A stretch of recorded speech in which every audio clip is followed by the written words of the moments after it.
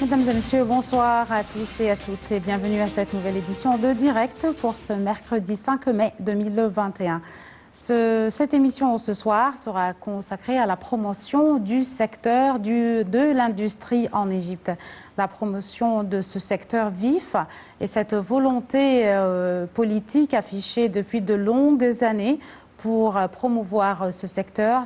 également qui constitue 20% ou qui participe peut-être à 20% du produit national global en Égypte et également qui est le moteur de la croissance à long terme en Égypte. Parler de ça en détail, nous aurions le plaisir d'avoir avec nous en ligne trois invités, des économistes, des professeurs d'économie qui en Égypte et aussi en France. Et de suite, nous allons également des trois comptes rendus détaillés qui nous ont été préparés et présentés par nos collègues, l'équipe de rédaction d'aujourd'hui. Et pour commencer cette première partie d'édition, je vous propose de suivre avec nous deux premières nouvelles qui sont toujours à la une de l'actualité locale en Égypte et à la une de cette actualité.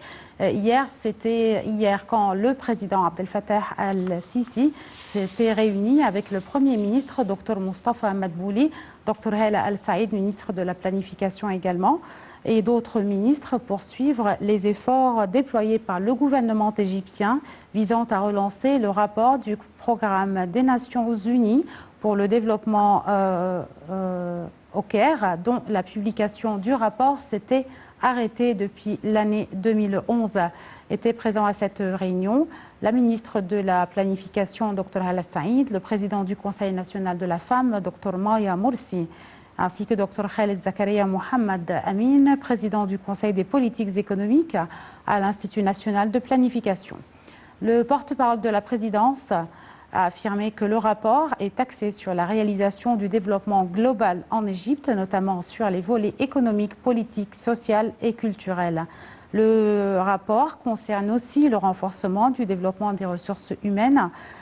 l'investissement ainsi que les réformes économiques et sociales dans le but de réaliser le développement durable dans le pays. Dans ce contexte, le président Abdel Fattah al-Sisi a demandé une documentation étroite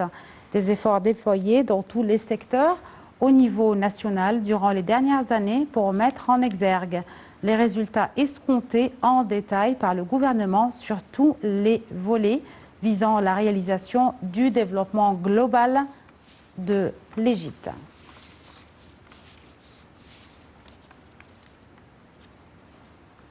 Il y a encore une deuxième nouvelle militaire entre l'Égypte et entre la France. Ces deux pays qui ont signé hier un contrat sur la livraison de 30 avions de combat Rafale. Selon le porte-parole des forces armées, l'accord intervient dans le cadre de l'intérêt accordé par la direction politique à développer la force de l'État. Le montant de cette transaction s'élève à 3,3 milliards 95 millions d'euros, dont 200 millions pour les armements. L'appareil de 10 tonnes est le seul à pouvoir emporter 1,5 fois son poids en armement et en carburant. Et sur le plan de l'armement, il dispose d'un système polyvalent, canon de 30 mm, missiles air-air, bombes guidées laser et missiles de croisière. Sa dernière version, le F-3R, lui permet notamment d'emporter le missile air-air à longue portée Météor, dont les capacités offrent un argument commercial supplémentaire pour le Rafale. Le Rafale est destiné à être l'avion de combat français jusqu'en 2040.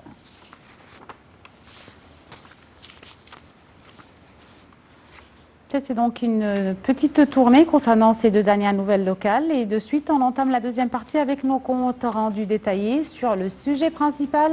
l'industrie en Égypte, et à la lumière aussi de la réunion la semaine dernière et l'entretien entre le chef de l'État Abdel Fattah al-Sisi et le PDG d'une société sud-coréenne, sa délégation sud-coréenne qui était présente en Égypte pour promouvoir la coopération économique et commerciale entre les deux pays. C'est à cet égard que le chef de l'État Abdel Fattah al-Sisi a donc reçu la semaine dernière le PDG de cette société coréenne mondiale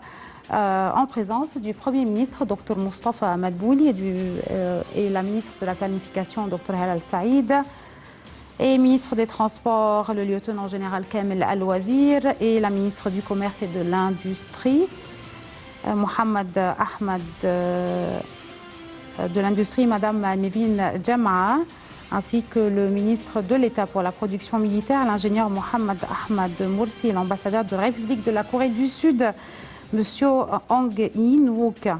Selon le porte-parole de la présidence,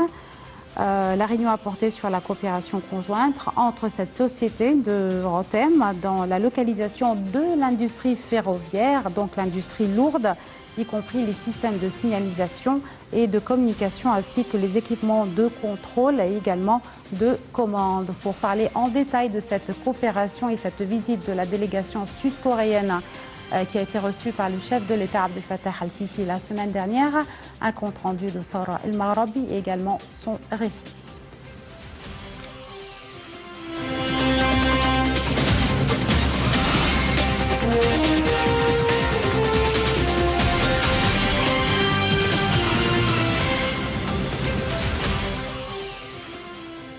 Le président Abdel Fattah el-Sisi a souligné le rôle de la Corée en tant que partenaire efficace de développement en Égypte, tout en espérant d'établir une coopération stratégique avec l'entreprise coréenne dans de nombreux domaines industriels, en particulier au secteur des industries lourdes qui dépendent de l'intensité de la main-d'œuvre et des technologies développées.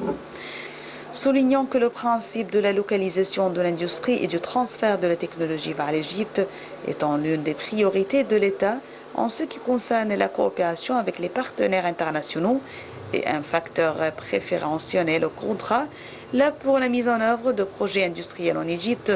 en se basant sur tous les composants de la localisation de l'industrie et du transfert de la technologie développée de l'Égypte, ayant le plus grand taux possible des composants locaux. Cela ouvre de larges horizons pour l'exportation des produits de la société vers les pays de la région et du continent africain, compte tenu de la position stratégique de l'Égypte. De son côté, M. Lee a exprimé son honneur de rencontrer le président Sisi, passant en revue les projets que Hyundai Rotem souhaite réaliser en Égypte au cours de la prochaine phase, y compris le projet de la fabrication de voitures de métro, de systèmes de signalisation, d'équipements de contrôle et de commande et de travaux d'ingénierie ferroviaire, en particulier à la lumière de l'intention de l'entreprise de profiter des opportunités prometteuses offertes par l'économie égyptienne à travers de nombreux projets de développement actuels ou futurs liés à l'activité et à l'expérience de l'entreprise. On a de même examiné les opportunités de coopération conjointe dans le domaine de l'énergie, en particulier la production d'hydrogène vert, afin d'exploiter les ressources naturelles de l'Égypte à partir d'énergies nouvelles et renouvelables et de les utiliser en tant qu'énergie propre, comme carburant pour les trains.